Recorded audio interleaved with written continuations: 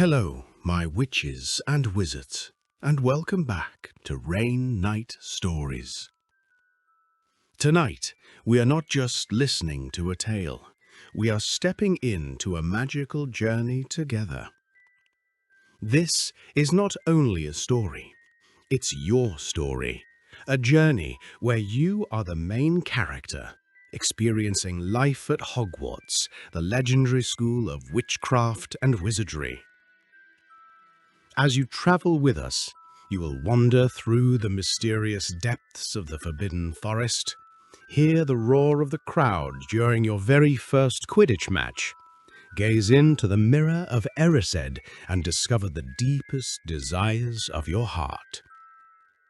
You will sneak through corridors on a midnight adventure, stumble upon the hidden secrets of the castle, and sit among friends at the grand Halloween feast with candles floating overhead and magic filling the hall. And this is only the beginning. In every chapter, you live these experiences as if you are truly there, not just listening, but belonging. Here in this world, tomorrow's worries fade away. Overthinking, stress, and heavy thoughts drift aside. All that remains is comfort, magic, and wonder. This is your safe place to rest, to dream, and to find cozy sleep. Before we begin, I have a small request. We are a very small channel, and we work incredibly hard to bring you these journeys. Please, take a moment to subscribe to Rain Night Stories, give this video a like, and share it with a friend who might also need a little magic tonight. And in the comments, tell us which country you are listening from and what magical experience you'd love us to create next. Your support means everything. It keeps this magical world alive for you and for others. So now take a deep breath, set aside the day. The train to Hogwarts is waiting, and your adventure begins right now.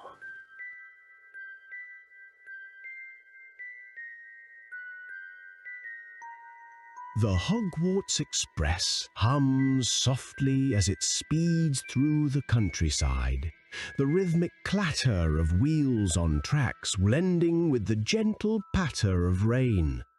Outside, the night is dark and misty, but inside your carriage, golden lantern light glows warmly. You lean your head against the cool glass window, watching the blurred landscape slip past. The air is filled with excitement, whispers of spells, laughter of new friends, the rustling of robes as students shuffle in their seats. Somewhere a chocolate frog leaps from its box, and a group of students giggle as they try to catch it. Hours seem to pass in a dream, until suddenly the train slows, then comes to a gentle stop. A hush falls across the carriages. The door opens with a creak, and a familiar voice calls out through the mist. "First years, this way! First years, follow me!" You step off the train and into the crisp night air. The rain has eased to a soft drizzle, cool against your skin. A vast black lake stretches before you, its surface shimmering under the moonlight. And there, high above on the cliffs, rises Hogwarts Castle. Its towers pierce the clouds, windows glowing warmly like hundreds of watchful eyes. The sight steals your breath away. The castle feels ancient and alive, as though it has been waiting for you all along. "In the boats now! Thor to a boat!" You climb into a small wooden boat with 3 others. The water is smooth, and the boats glide silently as though pushed by invisible hands. Owls circle high above, their wings whispering through the mist. The closer you drift toward the castle, the larger and more magnificent it becomes. Its stone walls seem carved by giants, its turrets reaching for the stars. Finally, you pass under a great archway and step onto solid ground once more. You are led up a grand staircase and into the castle itself. Inside, the warmth wraps around you instantly. Torches flicker against ancient stone, portraits whisper from their frames, and a faint smell of polished wood and candle wax fills the air. Soon you find yourself standing in the great hall. The ceiling above is enchanted, reflecting the night sky, dark clouds swirling dotted with stars. 4 long tables stretch before you, each alive with chatter, while a golden staff table gleams at the far end. But before you can sit, there is one more step, the sorting hat. One by one, names are called, and each new student walks to the front, placing the ancient and weathered hat upon their head. The hall grows silent each time, waiting for the sorting hat to announce its decision.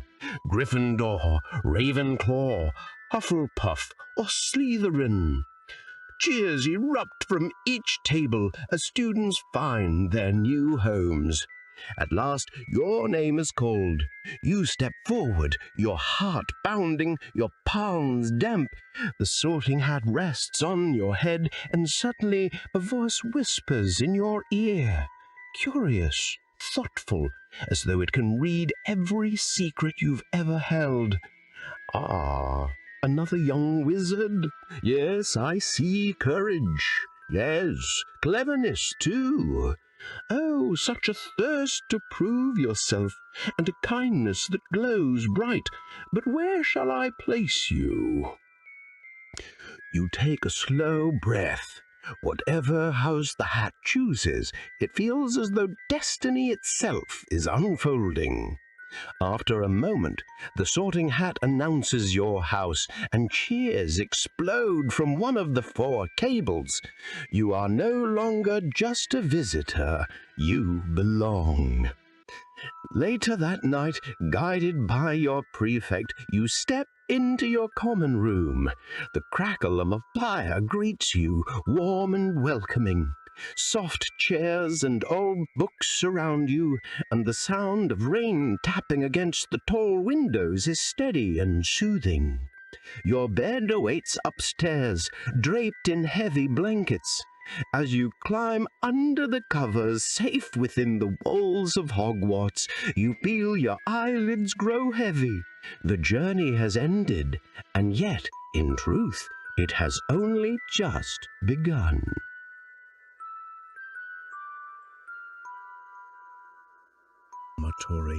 Golden and dappled, filtered through the scarlet and gold curtains that surround your bed. For a moment, you lie still beneath the warm blankets, listening. The castle itself seems to breathe around you, the creak of wood, the flutter of wings outside, the faint hum of magic in the air. You stretch, step into your robes, and make your way down to the common room. The fire has burned low, glowing with embers, and a few early risers murmur sleepily as they gather books and bags. Beyond the portrait hole, the castle is alive with sound, footsteps echoing, owls hooting, distant laughter carried through the stone corridors. The great hall is already buzzing when you arrive. Hundreds of floating candles drift lazily above the enchanted ceiling, which shows the pale morning sky. Platters of breakfast appear as if by magic. Golden toast, steaming porridge, glistening fruit, and pitchers of pumpkin juice. Students chatter happily, some still rubbing sleep from their eyes, while others compare timetables for their first day of lessons. An owl swoops gracefully down and lands near your plate, dropping off your schedule with a neat little bow before fluttering back up toward the rafters. You glance down and read the list of subjects: transfiguration, charms, potions, herbology, and more. Each name stirs excitement, the promise of spells and secrets yet to be discovered.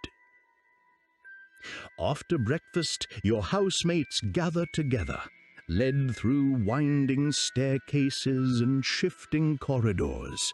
The castle is a labyrinth of wonders, staircases that move of their own accord, suits of armor that mutter when you pass, portraits that lean out of their frames to gossip and wave. Every turn seems to reveal a new mystery, and it feels as though Hogwarts itself is testing your sense of direction. Your first lesson is charms. The classroom smells faintly of parchment and ink, its shelves lined with ancient tomes. Professor Flitwick greets the class warmly, his eyes twinkling as he climbs atop a stack of books to see over the desk. With a flick of his wand, quills rise from the tables, floating like birds in flight. Gasps and laughter ripple through the room as magic settles around you. For the first time, you realize this isn't just a dream. You are truly learning magic. Later, in herbology, the air is damp and earthy inside the greenhouse. Rows of peculiar plants stretch out in every direction, some glowing faintly, others rustling as though alive. Professor Sprout shows you how to handle a small potted plant that squirms against your grip, its leaves quivering with personality. Your gloves become smudged with soil, and you can't help but smile at the strangeness of it all. By afternoon, you find yourself in potions, deep in the dungeons where the air is cool and still. The stone walls flicker with candlelight, casting long shadows across rows of cauldrons. Professor Snape glides silently into the room, his voice smooth and commanding as he begins the lesson. You carefully measure ingredients, a sprig of dittany, a pinch of powdered root, stirring clockwise, then counterclockwise. The potion shimmers faintly, and you hold your breath, half expecting it to sparkle or smoke. Between lessons, you share laughter with classmates, trade notes, and marvel at the castle's endless mysteries. A staircase shifts under your feet, carrying you to an entirely different landing than before. A hidden door swings open to reveal a shortcut lined with portraits who bow politely as you pass. Hogwarts feels alive, playful and secretive, as though it enjoys keeping you on your toes. When evening comes, you return to the Great Hall for dinner. Platters appear in a shimmer of magic, laden with roast chicken, buttered vegetables, and treacle tart. The chatter of hundreds of students fills the air, blending with the crackle of torches and the sweep of owls soaring overhead. At the Gryffindor table, your housemates cheer and laugh, sharing stories of mishaps in class, spilt ink, and nearly exploding cauldrons. Afterwards, the prefects lead you back to the common room. The fire blazes brightly now, casting golden light across the walls. Students lounge in armchairs, some bent over homework, others playing wizard chess or sipping hot cocoa. You feel the warmth of belonging, as though this is already home. Finally, you climb the spiral staircase back to your dormitory. The rain has returned outside, tapping softly against the glass. You sink into your bed, heavy blankets pulled close, and let out a long sigh. Your first day at Hogwarts has ended, a day of wonder, laughter, and discovery. As sleep pulls you under, you know this is only the beginning. The castle holds 1,000 more secrets, waiting patiently for you to find them at long last. And so, under the watchful stars above, you drift once more into dreams.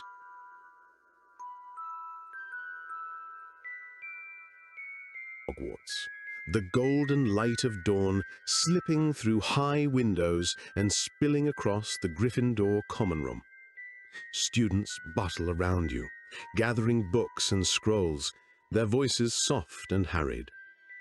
Today, you've decided to explore one of the most famous places in the castle, the Hogwarts Library.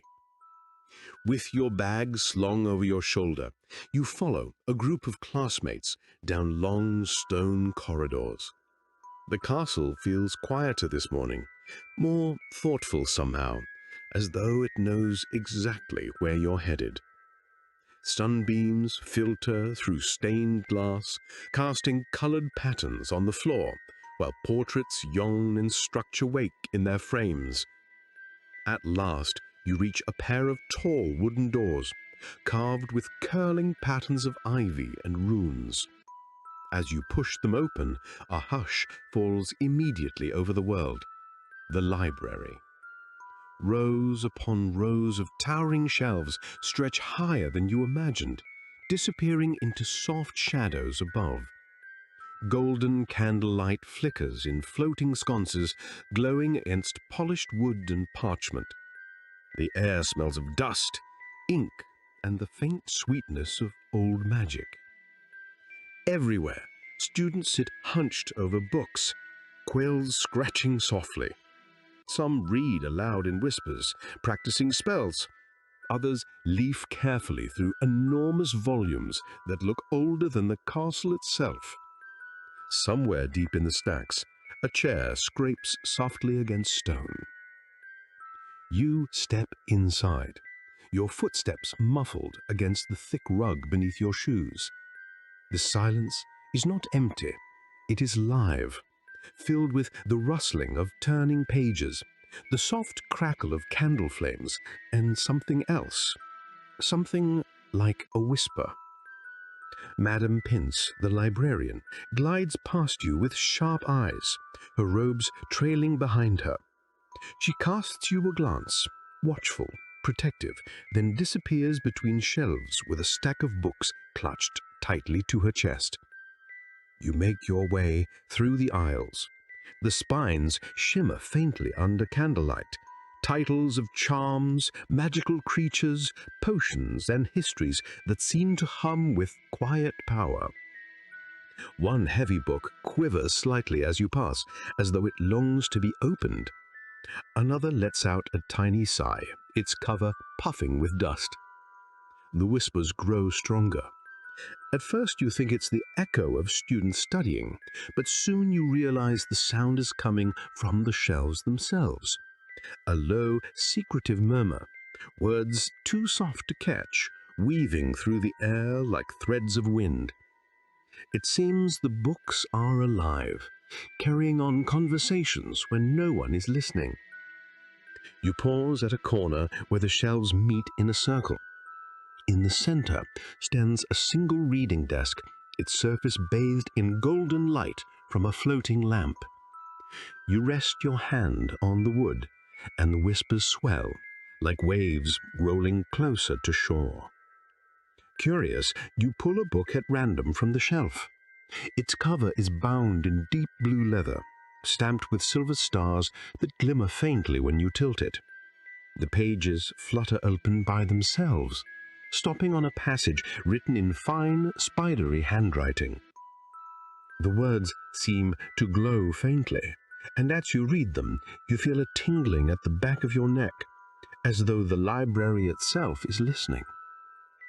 The whispers hush, waiting. It lives in pages, in voices, in memories. Those who seek it will always find more than they expected. The words fade, and the whispers slowly resume, soft, steady, endless. You return the book gently, your fingertips lingering on the cover. As you wander deeper into the shelves, you notice a rope cordoning off a darker section, the restricted section. The air beyond the barrier feels colder, heavier. Chains lock the books in place, and faint glimmers of enchantment spark between the covers. Even from here, you can feel the whispers pressing louder, darker, like secrets clawing to be told. For a long moment, you stand there, heart thumping. You know you shouldn't cross, not without a signed note from a professor. Still, the mystery lingers like a shadow at the edge of your thoughts. Footsteps echo behind you, and you turn quickly. A prefect passes, their arms stacked with parchment, giving you a polite nod before disappearing around the corner. The spell of the restricted section breaks, and you let out a quiet breath you didn't know you were holding. You spend the rest of the afternoon tucked into a corner near a tall window, sunlight spilling over your shoulders. Your chosen book rests open before you, its ink flowing with diagrams of charms and runes. Every so often, you glance up at the shelves, half expecting them to lean closer, to whisper directly in your ear. By evening, as the last light of day fades and lanterns brighten, you finally gather your things. The library door closes behind you with a soft click, and the whispers vanish all at once, leaving the castle silent, as though the knowledge of the day has been carefully folded away, waiting for tomorrow. You climb the staircases back to Gryffindor Tower, the warmth of the common room greeting you once again. The fire crackles, and students laugh softly over games of wizard chess. Your bed waits upstairs, blankets heavy and inviting. As you drift beneath the covers, your mind still hums with the voices of the library, gentle whispers of magic and knowledge, secrets and stories. You close your eyes, and in the hush of night, it almost feels as though the books are still speaking, waiting for you to return. And with that thought, you sink into dreams. The morning air at Hogwarts feels fresh and alive as you make your way down to the Quidditch pitch. The sun glows softly above, its golden light spilling over the towers and stone walls, casting long shadows across the lawns. Birds wheel and swoop in the distance, their calls echoing through the open sky. Today is the day of your first flying lesson. Your classmates chatter nervously as you gather in a line on the green. Madam Hooch, sharp-eyed and steady, paces before you. Her whistle gleams at her throat, and her voice carries across the field. Stand by your broomsticks. Come on, quickly now, one to each. You glance down at the broom laid neatly on the grass. Its wood gleams in the sunlight, smooth but faintly scratched, as though it remembers every student who has flown before you. A knot of excitement twists in your chest. Now, Madam Hooch instructs. Hold out your right hand over your broomstick and say, "Up." Voices echo across the field. Up, up, uh, up. Some brooms twitch, others roll lazily in the grass. One leaps eagerly into a student hand, drawing laughter. You take a steady breath, stretch out your hand, and call firmly, "Up." To your delight, the broom snaps into your palm as though it has been waiting just for you. The handle hums faintly under your touch, alive with magic. "Well done," Madam Hooch says, sweeping her gaze across the line. "Now, mount your broomsticks. Carefully, both hands on the handle, feet just above the ground." The class obeys, nervous and wobbly. You swing your leg over and settle into the seat. The broom shifts beneath you like a restless horse eager to take flight. Good. Now, when I blow my whistle, kick off gently. Keep steady, rise a few feet, hover, and then come back down. Nice and smooth. A sharp blast of the whistle cuts through the air. Around you, students push off. Some hover neatly, robes fluttering. Others wobble, drifting too far to the left or spinning in circles. One broom bolts suddenly upward with a screech from its rider before jerking back down with a thud in the grass. You grip tightly, heart pounding, and kick off. The ground slips away beneath your feet. For a breathless moment you hover, weightless, as though the world itself has let go of you. The wind brushes your face, cool and alive. You steady yourself, adjusting the tilt of the broom until it balances smoothly beneath you.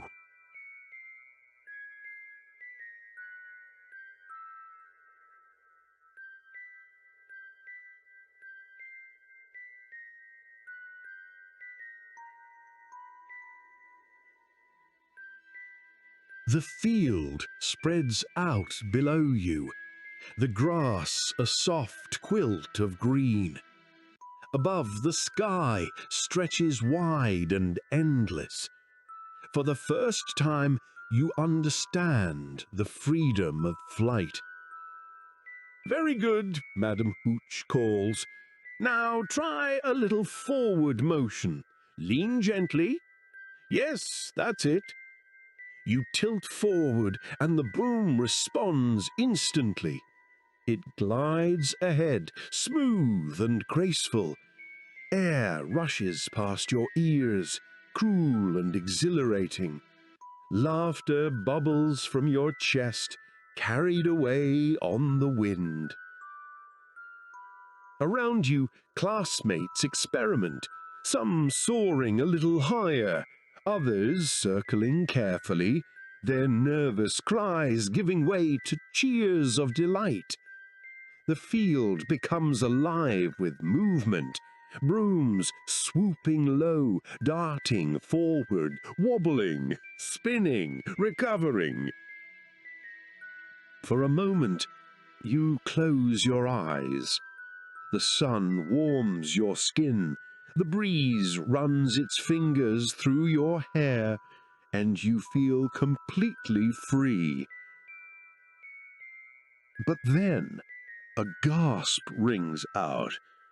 One student, eager to show off, leans too far and loses control. Their broom jerks sideways, bucking wildly, carrying them up toward the stands. The class shouts. Madam Hooch blows her whistle sharply, but the broom swerves, sending the rider dangling by one hand. Your heart lurches. Without thinking, you lean forward, urging your broom into motion. It surges beneath you, cutting through the air, carrying you closer. The student slips. and just in time you swoop beside them. With one hand you steady their arm. Their eyes meet yours, wide and fearful.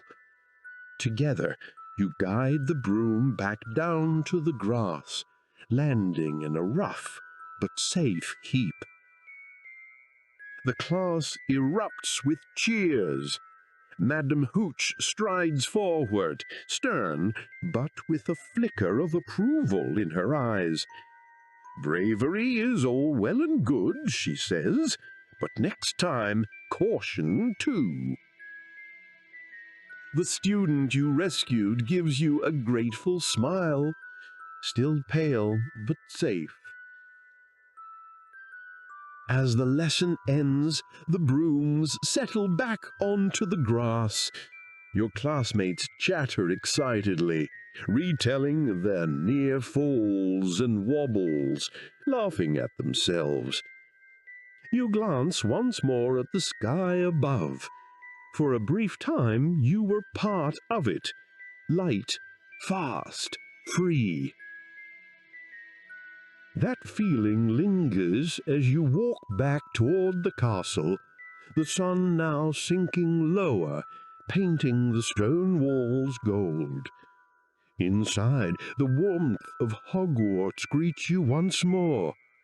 Dinner fills the great hall with light and laughter. And later, the Gryffindor common room welcomes you with its crackling fire. At last, you climb the stairs to your dormitory. Rain begins to patter against the windows, soft and steady, as though the castle itself is sighing into sleep. You curl beneath the blankets, your muscles pleasantly tired, your heart still soaring from the day's adventure. Your last thought before dreams take you is simple. You have flown, and the sky will never feel the same again.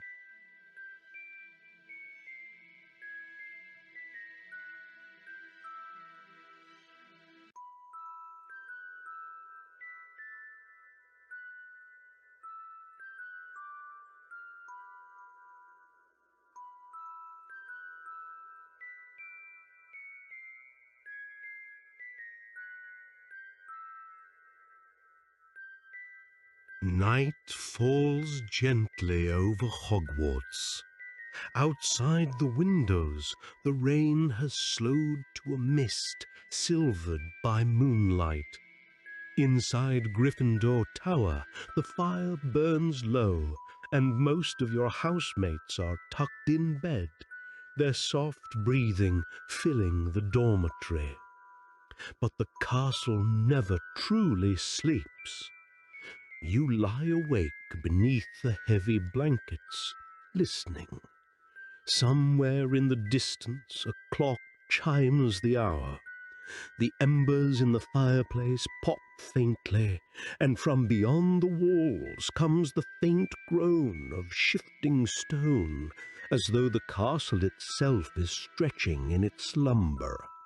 Sleep will not come. Curiosity tugs at you like a gentle hand, urging you from your bed. Carefully, quietly, you slip from beneath the covers and make your way down the spiral staircase. The common room is empty now, shadows flickering across the scarlet walls, the fire reduced to glowing coals. The portrait of the fat lady snores softly in her frame, but opens with a yawn when you whisper the password. Beyond her, the corridors stretch out, long torchlit passages, silent except for the hush of your footsteps. The castle feels different at night. The laughter of the day is gone, replaced by a hush that makes every sound sharper. The creak of the floor beneath your foot, the rustle of tapestries in a draught.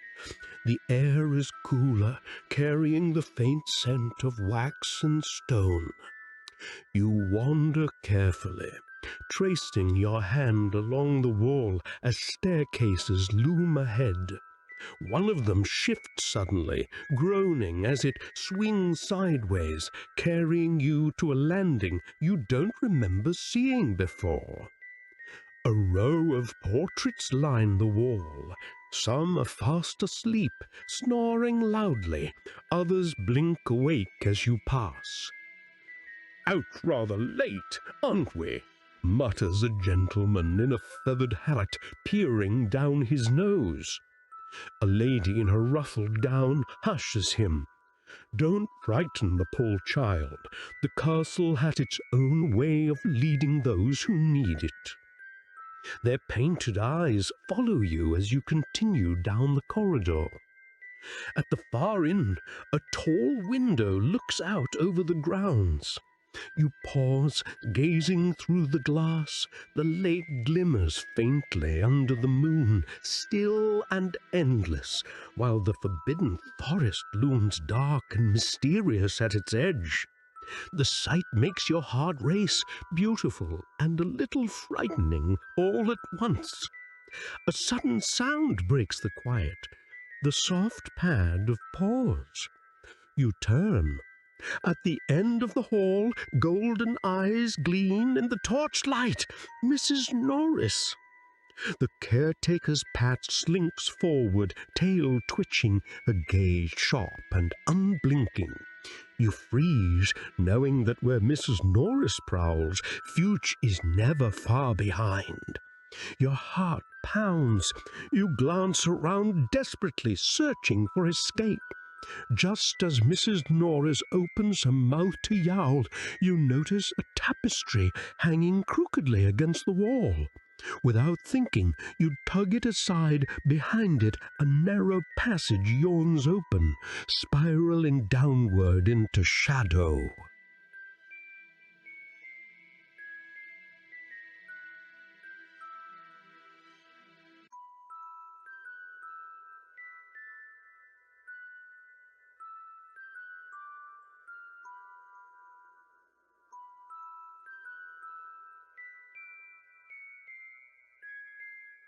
You slip inside.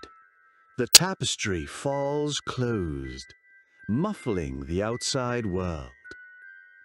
The air here is cooler, and dust tickles your nose as you descend.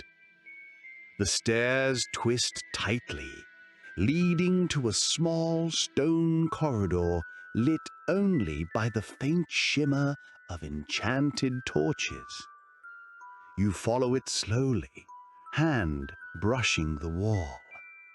The whispers begin again, faint, curious, as though the castle itself is speaking to you. A breeze stirs, carrying the smell of old parchment and ink. At last, the corridor opens into a hidden chamber.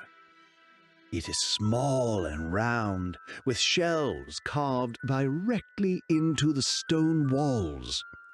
Books rest upon them, their covers faded with age, some bound in leather, others in cloth that seems centuries old. A single table stands in the center, and on it lies a rolled parchment sealed with red wax. You approach, your footsteps echoing softly. The wax bears the Hogwarts crest, lion, eagle, badger, and serpent entwined. With a trembling hand, you lift the parchment. The seal breaks with a soft snap, and the scroll unfurls by itself. The words are written in flowing script, glowing faintly in the dim light. To those who wander, know this: Hogwarts is a castle of secrets, passages hidden, staircases that deceive, rooms that appear only when needed. Trust in courage, for it will guide you. And remember, The castle belongs to those who listen. As the last word fades, the scroll rolls itself closed. The whispers fall silent. You return it gently to the table, heart still racing. The chamber seems to exhale, its magic satisfied, and the torches dim to a faint glow. Quietly, you retrace your steps, climbing the spiral back toward the tapestry. When you slip out, the corridor is empty. Mrs. Norris is gone. The castle is silent once more. Relieved, you make your way back through the shifting staircases and torchlit halls, finally reaching the fat lady's portrait. She blinks sleepily as you whisper the password, then swings open with a creak. The common room greets you with warmth, the fire still glowing faintly. You climb the stairs, step back into your dormitory, and sink into your bed. The blankets are cool and heavy, the sound of rain soft against the windows. As your eyes drift closed, you think of the scroll's words. The castle belongs to those who listen, and tonight you listened. You belong.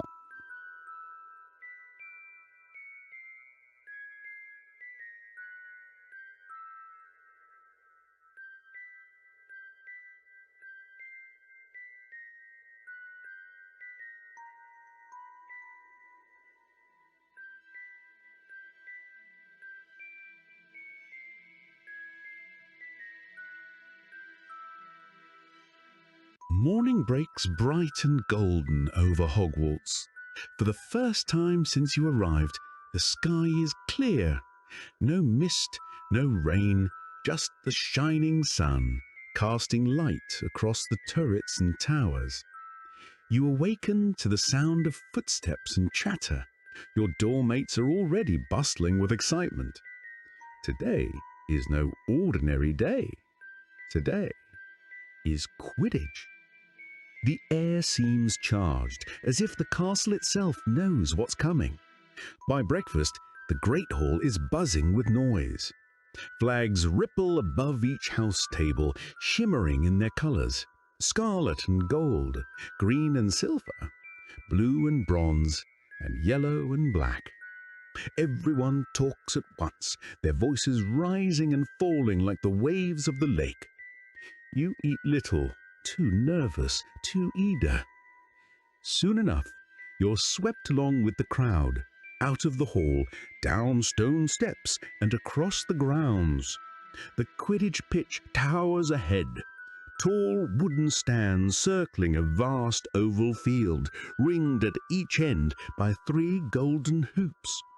Banners flap in the breeze, enchanted so the lions of Gryffindor roar, the serpents of Slytherin coil, the eagles of Ravenclaw swoop, and the badgers of Hufflepuff dig with cheerful vigor. You take your seat among your housemates. The air is cool and fresh, carrying the smell of grass. Excitement crackles all around you. Then, with a blast of trumpets, the players emerge from the locker rooms, brooms in hand. The announcer's voice booms magically across the pitch. "Ladies and gentlemen, welcome to Quidditch!" The crowd erupts. 14 players mount their brooms. Scarlet robes gleam under the sun as Gryffindor takes to the air, golden thread catching the light. The other team rises too, their robes billowing. The whistle shrieks, the quaffle is thrown, and the game begins. You can hardly breathe. Players dart and dive, soaring higher than the stands, plunging close to the ground, broomsticks whistling through the air. The quaffle is passed with dizzying speed, cheered on by students waving their house colors. Bludgers streak through the sky, heavy iron balls smashing toward flares, only to be struck aside by beaches with strong, resounding cracks. And then a flash of gold, the snitch, tiny, winged, darting in and out of sunlight.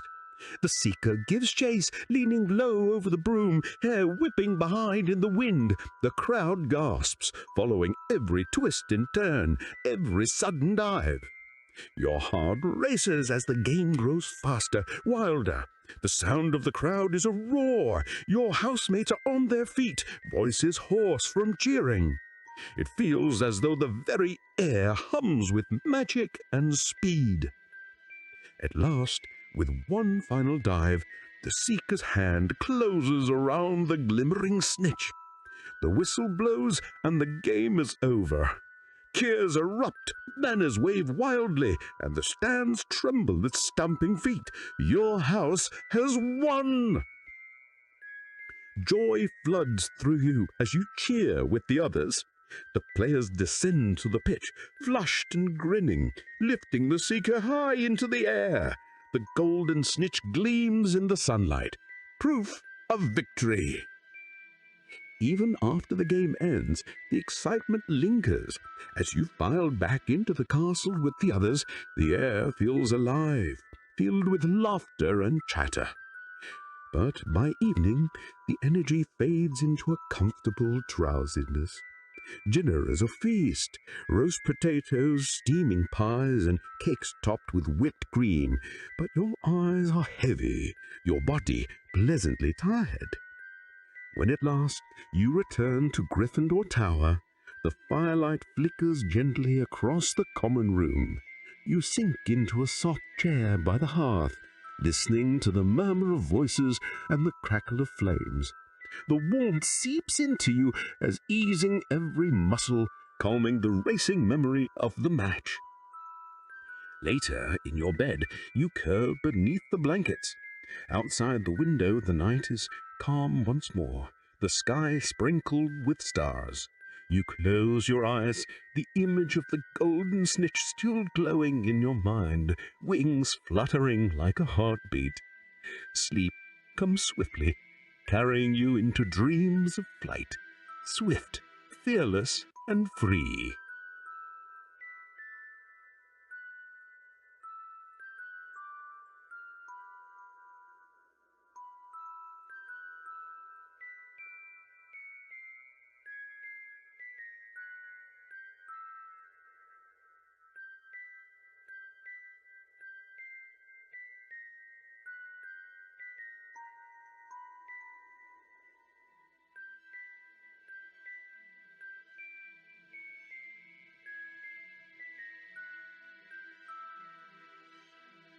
Night has fallen, and the castle is hushed. But tonight, instead of drifting to bed, you and a small group of first years who have been summoned. Lanterns sway in the hands of prefects as they guide you down, out of the warm castle halls and across the cool grass of the grounds. The air is still, the moon bright above.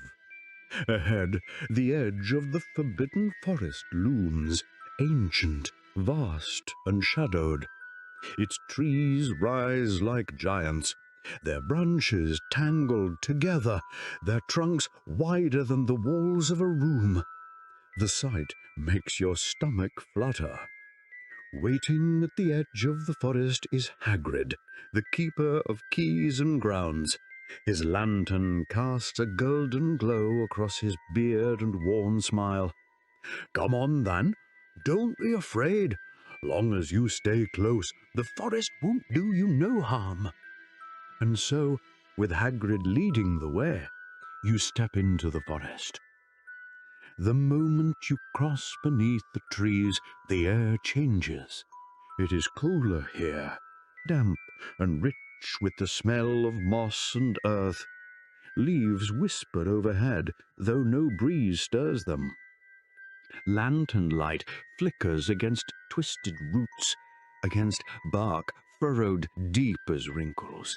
against webs strung high like silver thread. Your footsteps sound small against the hush. Somewhere in the distance, an owl hoots its call long and low. A branch snaps, too heavy a sound for mere wind. A shiver runs down your spine. But Hagrid walks steadily on, humming under his breath, the lantern swinging, his presence solid and reassuring. Deeper you go. The forest seems endless, its shadows folding in on themselves. Every so often, eyes gleam in the dark, curious, watchful, golden or green. Yet when the light reaches them, they vanish, leaving only silence. At last you enter a clearing. Moonlight spills between the branches, painting silver across the ground. The trees here arch high above, like the vaulted ceiling of a cathedral.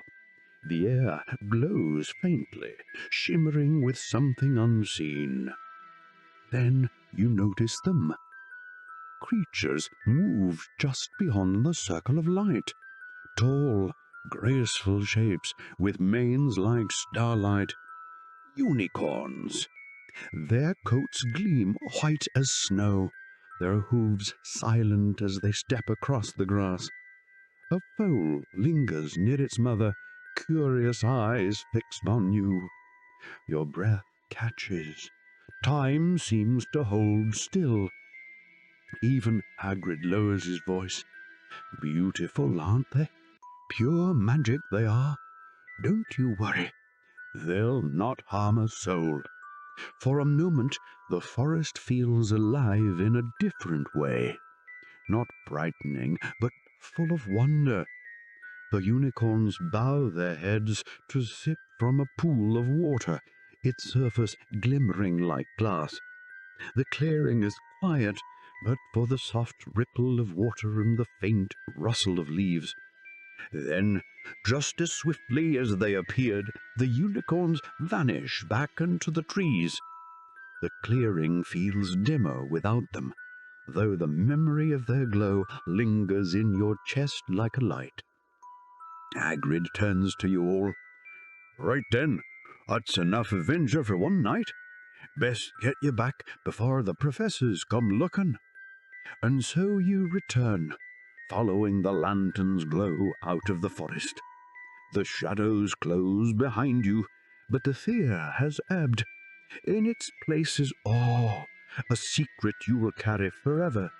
The beauty hidden in the forbidden forest, seen only by those who dare to enter. Back in the castle, the warmth of Gryffindor Tower greets you once more. You climb into bed, pulling the blankets up to your chin. The sound of the forest still hums faintly in your ears. The rustle of leaves, the whisper of hooves on grass. Your eyes close. And though the forest is forbidden, tonight it has given you a gift. The memory of silver light and the quiet grace of unicorns beneath the moon.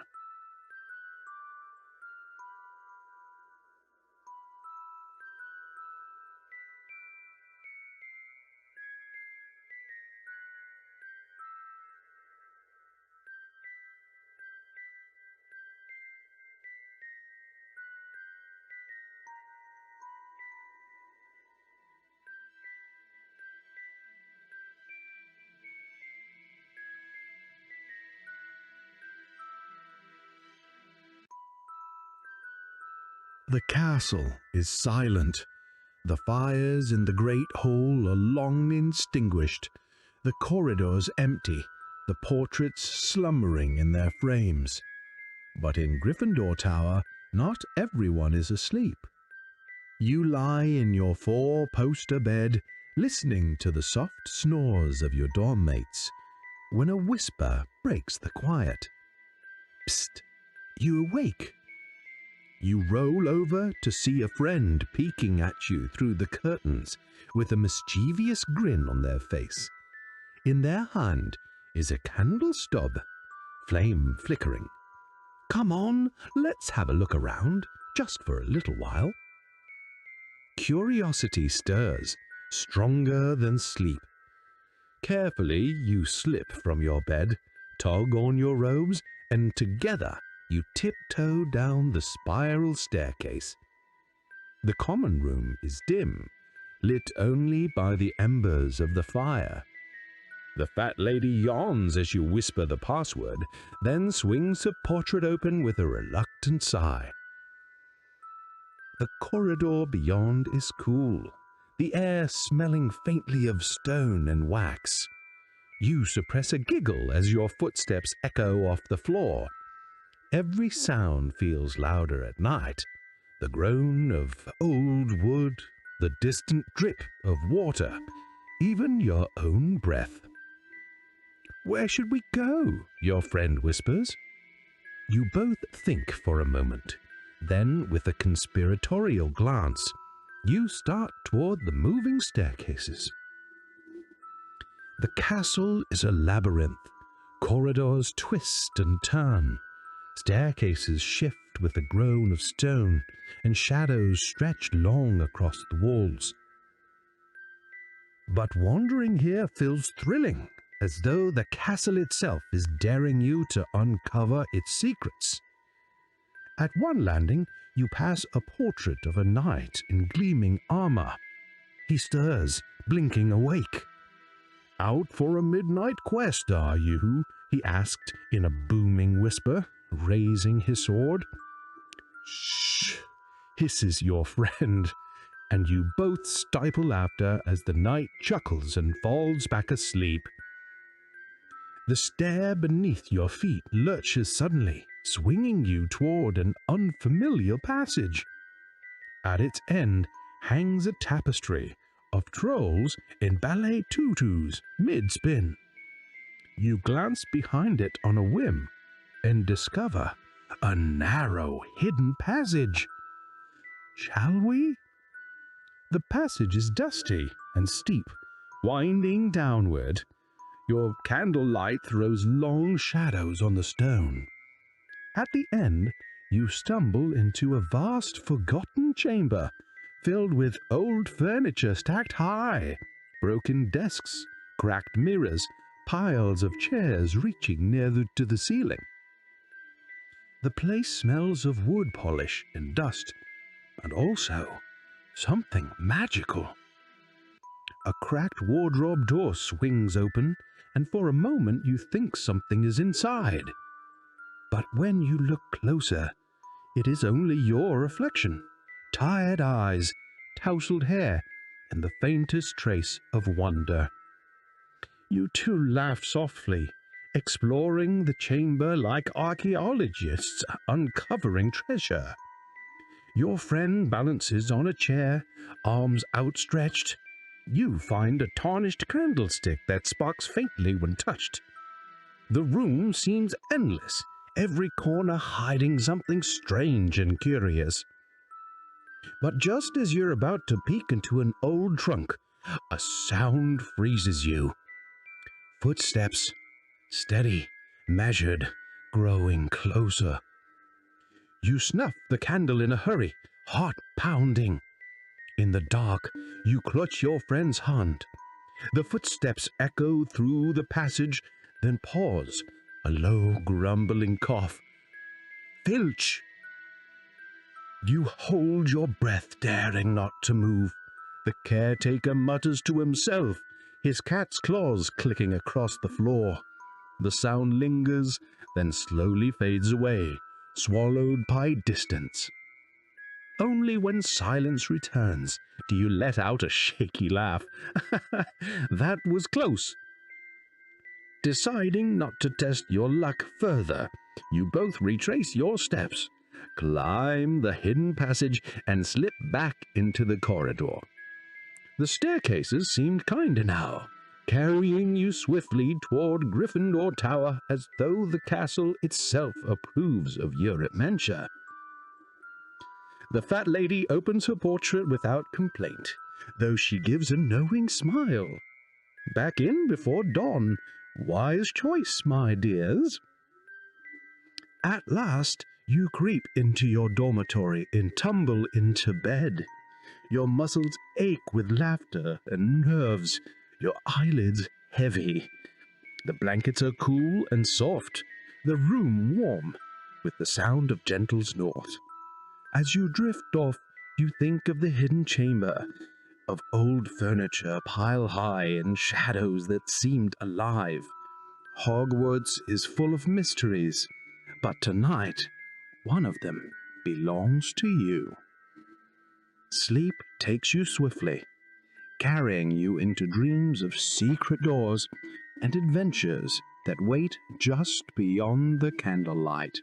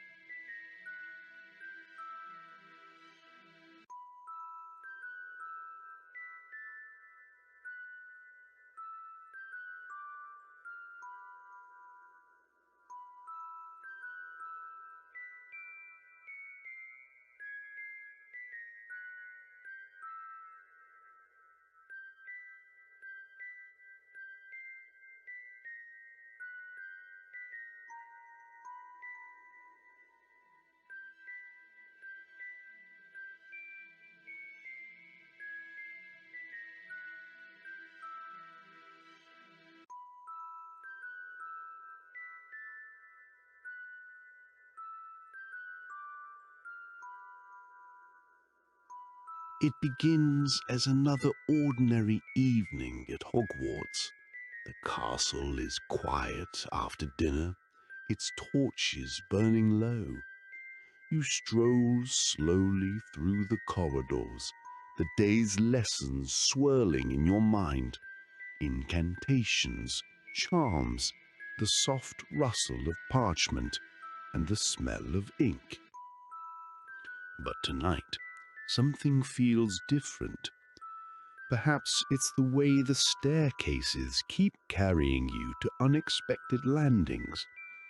Or perhaps it's the way the portraits glance at you as you pass, their eyes following with a look of quiet amusement, as though they know something you do not. Eventually, you find yourself before a long, empty stretch of wall on the 7th floor. A tapestry hangs nearby, depicting a group of trolls attempting to learn ballet. They wobble clumsily on their toes, arms raised, one of them falling mid-spin. You chuckle softly, then turn back to the blank wall. And there, you notice something odd. Your feet have carried you down this hall once, twice, 3 times. The second time you thought it coincidence. The third time it feels like the castle is guiding you. On your next pass, the stone ripples like water. A door melts into existence where none stood before. Tall, arched, and ancient, with a handle of bronze worn smooth by countless hands. Your heart leaps. Slowly, you push it open. Inside, you step into a room unlike you've ever seen. The air hums faintly with enchantment, the smell of candle wax and polished wood, comforting and strange. The chamber is vast, stretching higher and wider than seems possible, shelves and objects fading into shadow. At first glance, it looks like a library. Shelves brim with books of every shape and size, their titles glowing faintly.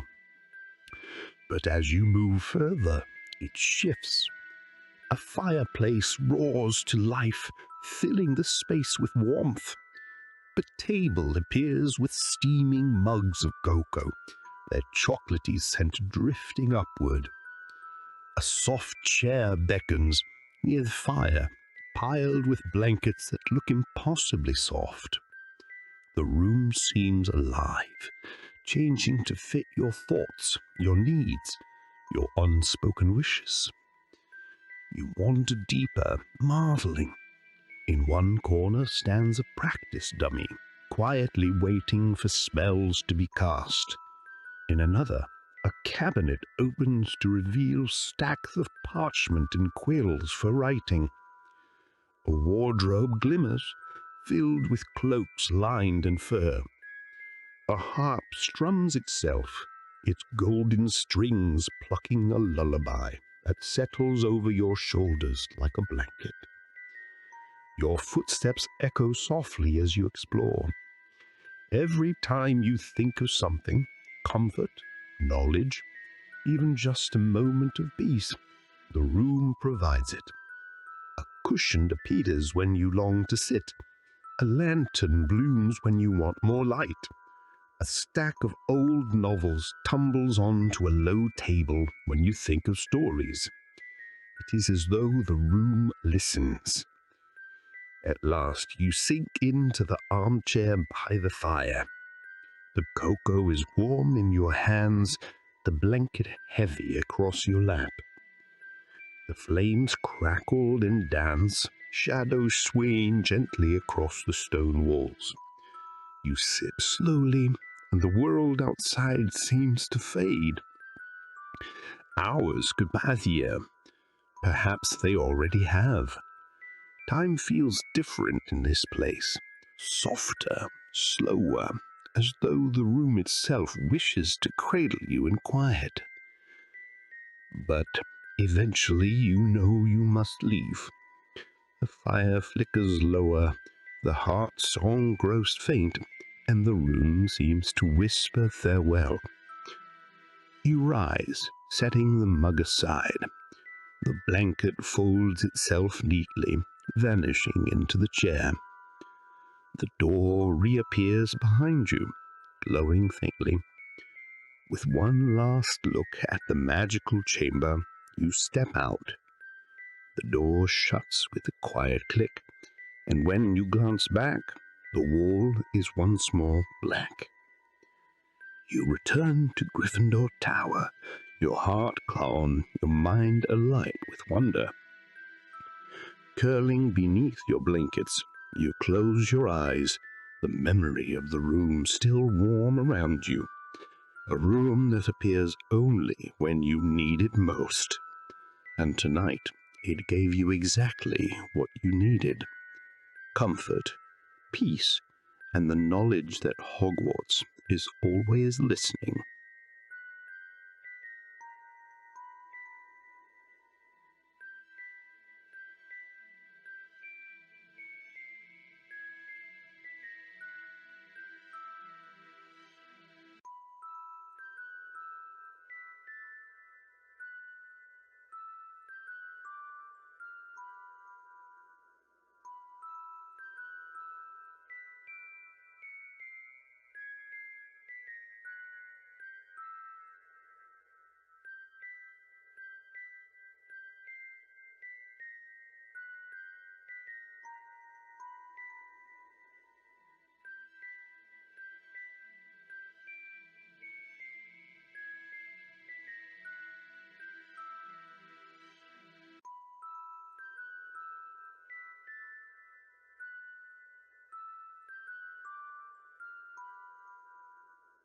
It begins with a whisper, a rumor passed between students at the back of class, a hushed story traded at dinner, a secret you aren't sure you believe.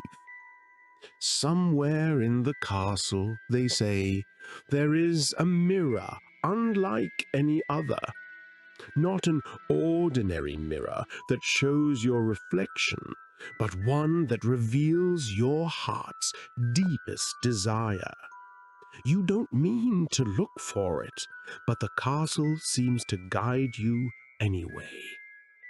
It happens late one evening when the corridors are silent and the torches burn low.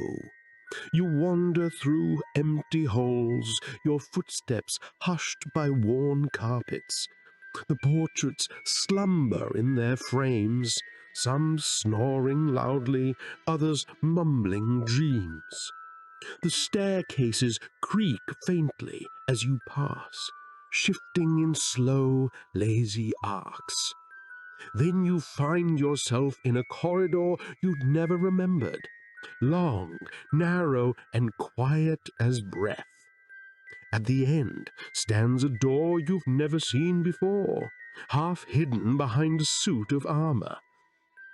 You slip inside.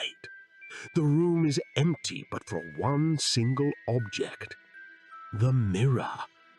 It is enormous, taller than 3 people, its frame carved with curling gold, topped with strange symbols that glint faintly in the dim light. The surface gleams like water, reflecting the faint glow of your lantern. You step closer, heart quickening. At first, you expect to see only yourself, robes a little wrinkled, hair tousled from the damp night air. But then something shifts. The reflection changes.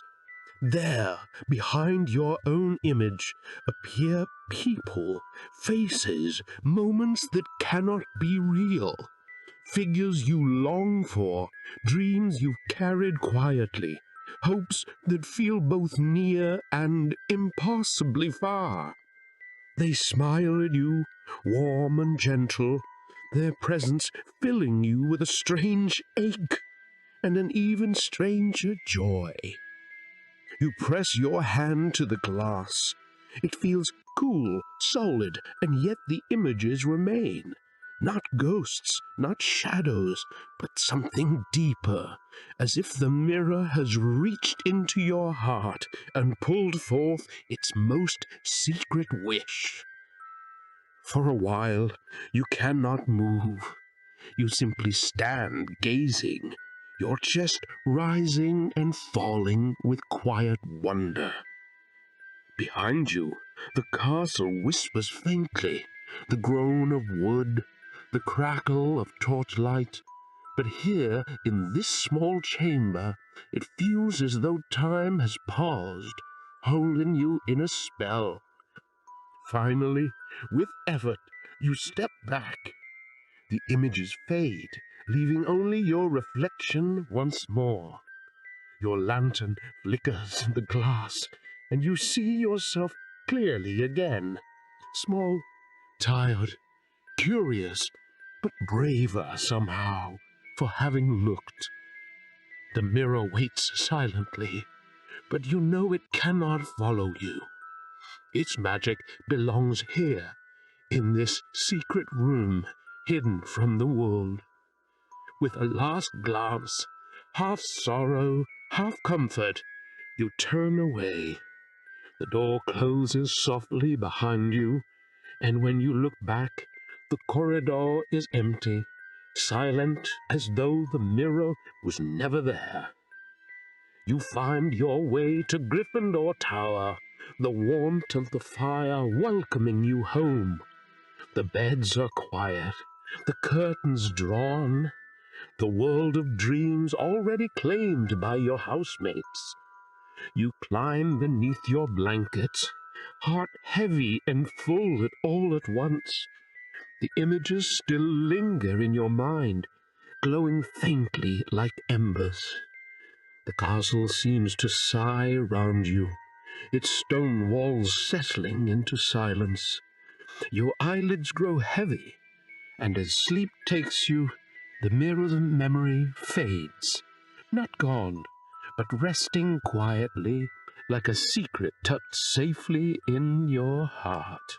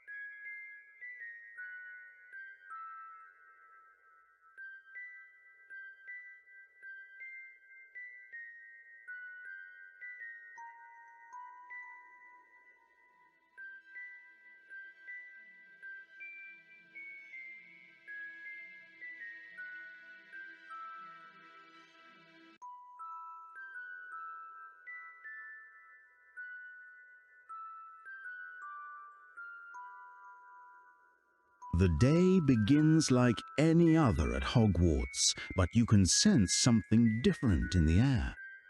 Whispers ripple through the corridors, footsteps hurry more quickly than usual, and even the portraits seem to stir with extra excitement.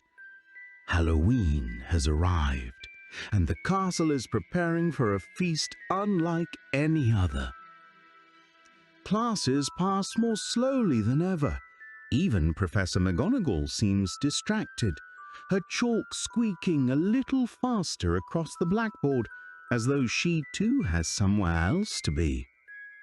In potions, cauldrons bubble with richer smells than usual, and though Professor Snape scowls as always, you're almost certain you saw the faintest twitch of a smile when someone's concoction let out a puff of orange smoke. By late afternoon, the sky outside the windows darkens earlier than usual. Clouds gather, low and heavy, and a mist curls along the edges of the grounds. The torches in the corridors burn brighter, throwing golden light across the stone walls, guiding you toward the Great Hall. When the doors finally open, you stop in awe. The Great Hall has been transformed. Hundreds of floating pumpkins hover high above the tables, each one carved with a glowing face, some cheerful, some mischievous, some grinning wide with toothy laughter. The enchanted ceiling reflects the stormy night sky, with clouds rolling across a pale moon, while dozens of bats swoop gracefully overhead, their wings shimmering like shadows of silk. Candles float in gentle clusters, their flames flickering in warm, steady light. The 4 long house tables are already laden with food. Dishes steam with roasted meats, baskets overflow with warm bread rolls, and bowls gleam with creamy soups. There are golden roast potatoes, crisp at the edges, tureens of gravy, and platters of vegetables cooked with butter and herbs. The smell alone makes your stomach rumble. As you take your seat at the Gryffindor table, the chatter of hundreds of students fills the air. Excited voices mingle with laughter, and the occasional shriek when a bat swoops a little too low. The teachers are seated at the high table, their robes glowing warmly in the candlelight. Dumbledore sits at the center, his eyes twinkling as though the feast is a secret gift meant for each of you. With a wave of his hand, the meal begins. Plates fill themselves, goblets brim with pumpkin juice, and the sounds of eating and laughter rise like music. You take a bite of roasted pumpkin, its soft sweetness balanced with spice, and feel warmth spread through you.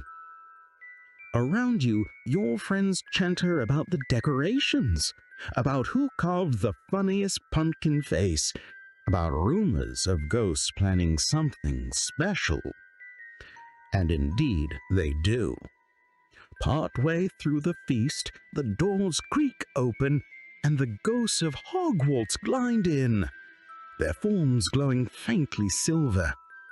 Nearly headless Nick tips his hat to the Gryffindors, his smile proud and a little sad, while the fat friar drifts merrily along the Hufflepuff pamel, nibbling at food he can never quite taste. The bloody-bearing clowers silently near the Slytherins, and the Grey Lady floats with quiet grace beside the Ravenclaws. The whole hushes for a moment, then bursts into applause. The ghosts bow, sweep through the air in a kind of eerie parade, then scattered playfully, their laughter echoing like the rustle of dry leaves. The feast continues. Dishes vanish and are replaced with desserts, pungent pasties, treacle tarts, candied apples that shimmer like jewels, and great bowls of ice cream that never melt. Chocolate frogs hop across the tables, leaving trails of sugar dust, and the air is thick with sweetness. By the time the last plates vanish, your stomach is full and your eyes are heavy. The warmth of the whole wraps around you like a blanket. The chatter of friends now a soft hum. You lean back, gazing upward at the floating pumpkins and stormy ceiling, and for a moment it feels as though you are suspended between the magical and the ordinary. A child at a feast, yet part of something ancient and wondrous. Eventually the candles dim, and Dumbledore rises. His voice is calm, kind, and full of quiet joy as he wishes everyone a safe night and sweet dreams. The students rise, gathering cloaks and books, voices hushed now in the drowsy comfort of the hour. Together, you make your way through the castle, up staircases that shift lazily in the night, past portraits who smile knowingly at your full belly and sleepy eyes. Dark and Gryffindor Tower, the fire burns low, crackling softly. You slip into your dormitory, pull the curtains around your bed, and settle into the warmth of your blankets. The smell of feasts still lingers faintly in your mind, mixed with the glow of candlelight and the laughter of friends. As you close your eyes, the memory of floating pumpkins drifts into your dreams, carrying you into sleep like lanterns guiding you through the night.